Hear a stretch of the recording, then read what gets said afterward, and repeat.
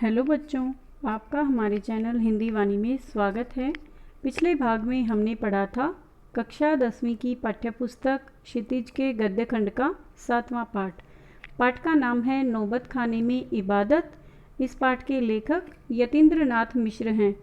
यह पाठ सुप्रसिद्ध शहनाई वादक उस्ताद बिस्मिल्लाह खां के जीवन के विभिन्न पक्षों को उजागर करने वाला व्यक्ति चित्र है।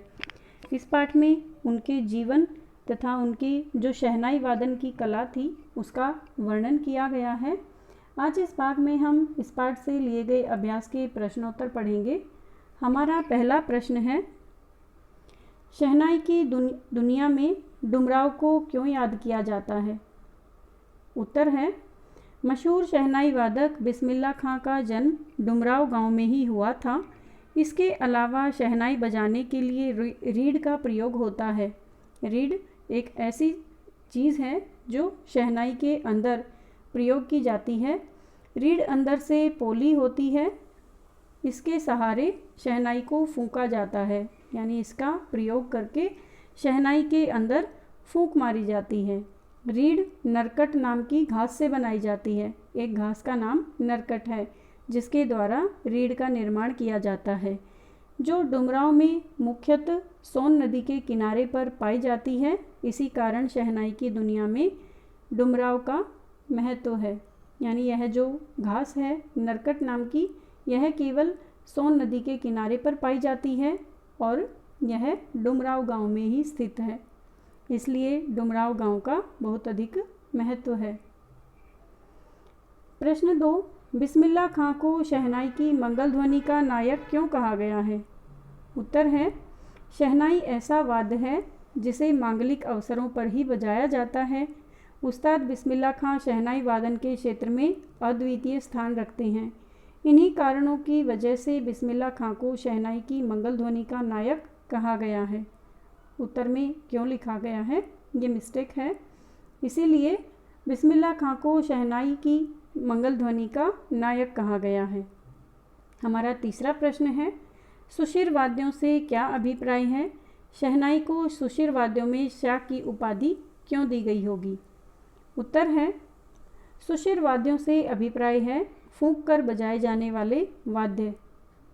फूंक कर यानी फूंक मारकर। शहनाई एक अत्यंत मधुर स्वर उत्पन्न करने वाला वाद्य है। फूंक मारकर बजाए जाने वाले वाद्यों में कोई भी वाद्य ऐसा नहीं है जिसके स्वर में इतनी मधुरता हो। शहनाई में समस्त राग रागनियों को आकर्षक सुरों में बांधा जा सकता है, इसलिए शहनाई की तुलना में अन्य कोई सुशिर वाद्य नहीं टिकता और शहनाई को सुशिर वाद्यों के शाह की उपाधि दी गई है। शाह यानी सबसे श्रेष्ठ। आशय स्पष्ट कीजिए। इसका क है, फटा सुर न बख्शे लुंगिया का क्या है, आज फटी है तो कल सी जाएगी। उत्तर है, यहाँ बिस्मिल्लाह खां ने सुर तथा कपड़े यानी धन दौलत से तुलना करते हुए सुर को अधिक मूल्यवान बताया है, क्योंकि कपड़ा यदि एक बार फट जाए तो दोबारा सिल देने से ठीक हो सकता है, परंतु किसी का फटा हुआ सुर कभी ठीक नहीं हो सकता है और उनकी पहचान सुरों से ही थी। इसलिए वह यह प्रार्थना करते हैं कि ईश्वर उन्हें अच्छा कपड़ा अर्थात धन दौलत दे या ना दे, लेकिन अच्छा सुर अवश्य दे। ख, मेरे मालिक सुर बख्श दे, सुर में वह तासीर पैदा कर कि आँख से सच्चे मोती की तरह अनगढ़ आंसू निकल आएं। इसका उत्तर है, बिस्मिल्लाह खां पांचों वक्त नमाज के बाद खुदा से सच्चा सुर पाने की प्रार्थना करते थे। वे खुदा से कहते थे कि उन्हें इतना प्रभावशाली सच्चा सुर दें और उनके सुरों में दिल को छू लेने वाली ताकत बख्शें। उनके शहनाई के स्वर आत्मा तक प्रवेश करें और उसे सुनने वाले की आँखों से सच्चे मोती की तरह आंसू निकल आएं। यही उनके सुर की कामयाबी होगी। यानी उस्ताद बिस्मिल्लाह खां चाहते थे कि उनकी शहनाई को सुनकर सबको खुशी की, प्रसन्नता की अनुभूति हो तथा इस खुशी में सब लोगों की आँखों से सच्चे मोती की तरह आंसू निकल आएं। तभी उन्हें इस बात का अनुभव होगा कि उनका जो सुर है वो, उनकी जो वाद्य यंत्र की जो आवाज़ है, शहनाई की जो आवाज़ है, वो लोगों के दिलों को छू गई है तथा लोगों ने उसे महसूस किया है, तभी यह उनके सुर की कामयाबी होगी।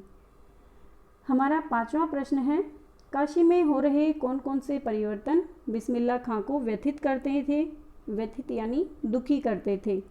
उत्तर है, काशी से बहुत सी परंपराएं लुप्त हो गई हैं। संगीत, साहित्य और अदब की परंपरा में धीरे धीरे कमी आ गई है। अब काशी से धर्म की प्रतिष्ठा भी लुप्त होती जा रही है। वहाँ हिंदू और मुसलमानों में पहले जैसा भाईचारा नहीं है। पहले काशी खान पान की चीज़ों के लिए विख्यात हुआ करती थी, परंतु अब उनमें परिवर्तन हुए हैं।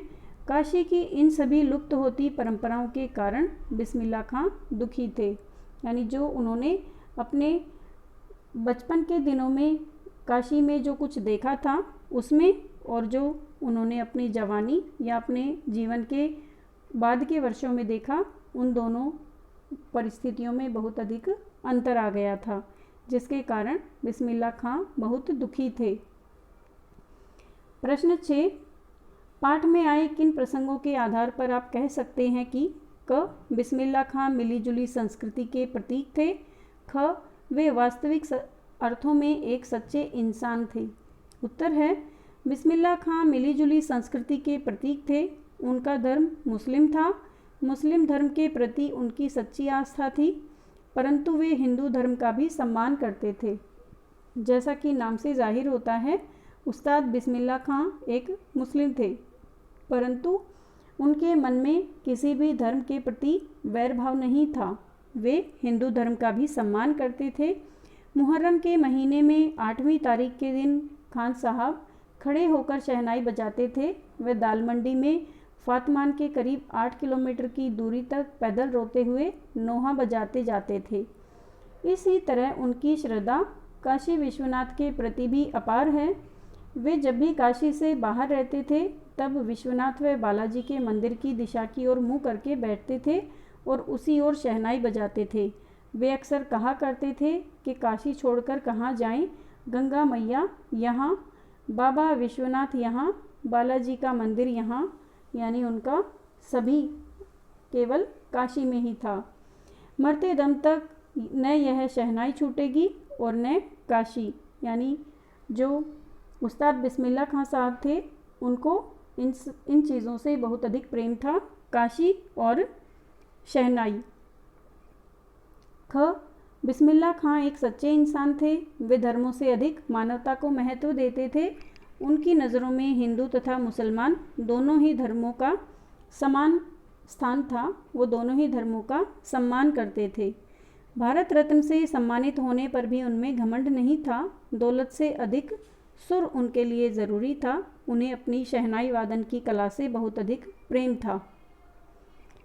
प्रश्न 7, बिस्मिल्लाह खां के जीवन से जुड़ी उन घटनाओं और व्यक्तियों का उल्लेख करें जिन्होंने उनकी संगीत साधना को समृद्ध किया। उत्तर है, बिस्मिल्लाह खां के जीवन में कुछ ऐसे व्यक्ति और कुछ ऐसी घटनाएं थी जिन्होंने उनकी संगीत साधना को प्रेरित किया। नंबर 1, बालाजी मंदिर तक जाने का रास्ता रसूलन बाई और बतूलन बाई के यहाँ से होकर जाता था। इस रास्ते से कभी ठुमरी, कभी टप्पे, कभी दादरा की आवाज़ें आती थी। इन्हीं गायिका बहनों को सुनकर उनके मन में संगीत की ललक जागी। 2, बिस्मिल्लाह खां सिर्फ 4 साल के थे तब छुपकर अपने नाना को शहनाई बजाते हुए सुनते थे। रियाज के बाद जब उनके नाना उठकर चले जाते थे, तब वे अपनी नाना वाली शहनाई ढूंढते थे और उन्हीं की तरह शहनाई बजाना चाहते थे। 3, मामू जान अली बख्श जब शहनाई बजाते बजाते सम पर आ जाते, तब बिस्मिल्लाह खां धड़ से एक पत्थर ज़मीन में मारा करते थे। इस प्रकार उन्होंने संगीत में दाद देना सीख लिया था, यानी जिसका संगीत हमें पसंद आता है उसकी हम तारीफ़ करते हैं, उसे दाद बोला जाता है। तो इसीलिए उन्होंने संगीत में दाद देना सीखा। नंबर 4, बिस्मिल्लाह खां कुलसुम की कचौड़ी तलने की कला में भी संगीत का आरोह अवरोह देखा करते थे। 5, बचपन में वे बालाजी मंदिर पर रोज़ शहनाई बजाते थे। इससे शहनाई बजाने की उनकी कला दिन प्रतिदिन निखरने लगी। प्रश्न 8, बिस्मिल्लाह खां के व्यक्तित्व की कौन कौन सी विशेषताओं ने आपको प्रभावित किया? उत्तर है बिस्मिल्लाह खां के व्यक्तित्व की निम्नलिखित बातें हमें प्रभावित करती हैं। 1. ईश्वर के प्रति उनके मन में अगाध भक्ति थी। 2. मुस्लिम होने के बाद भी उन्होंने हिंदू धर्म का सम्मान किया तथा हिंदू मुस्लिम एकता को कायम रखा। 3. भारत रत्न की उपाधि मिलने के बाद भी उनमें कभी घमंड नहीं आया। 4. वे एक सीधे साधे तथा सच्चे इंसान थे। 5. उनमें संगीत के प्रति सच्ची लगन तथा सच्चा प्रेम था। 6. वे अपनी मातृभूमि से सच्चा प्रेम करते थे तथा जहाँ पर उनका जन्म हुआ या जहाँ पर उन्होंने शहनाई वादन की कला सीखी, काशी को वो छोड़कर कहीं नहीं जाना चाहते थे तथा हिंदू और मुस्लिम दोनों धर्मों में उनका विश्वास था तथा दोनों धर्मों को वो एक समान मानते थे। प्रश्न 9. मुहर्रम से बिस्मिल्लाह खां के जुड़ाव को अपने शब्दों में लिखिए। उत्तर है मुहर्रम पर्व के साथ बिस्मिल्लाह खां और शहनाई का संबंध बहुत गहरा है।